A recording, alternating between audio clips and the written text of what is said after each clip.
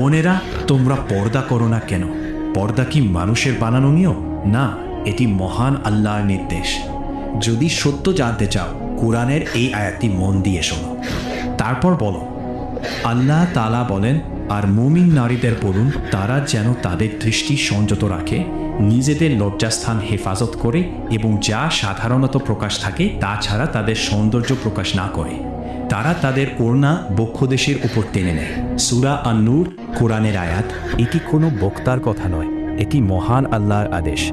আর রাসূলুল্লাহ সাল্লাল্লাহু আলাইহি ওয়াসাল্লাম সতর্ক করে বলেছেন, এমন কিছু নারী থাকবে যারা পোশাক পরেও যেন উলঙ্গ। তারা অন্যকে আকৃষ্ট করবে এবং নিজেরাও আকৃষ্ট হবে। তারা জান্নাতে প্রবেশ করবে না এবং জান্নাতে সুঘ্রাণও পাবে না। সহিহ মুসলিম হাদিস 2128। সে আল্লাহ আমাদের সবাইকে, নারী ও পুরুষ, তার সব আদেশ মেনে চলার তৌফিক দান করুন। ভালো লাগলে এই নসিহতটি পরিবার, মা, বোন ও পরিচিতদের কাছে পৌঁছে দিন। আল্লাহ হয়তো এর মাধ্যমে কাউকে সৎ কাজে উদ্বুদ্ধ করবেন।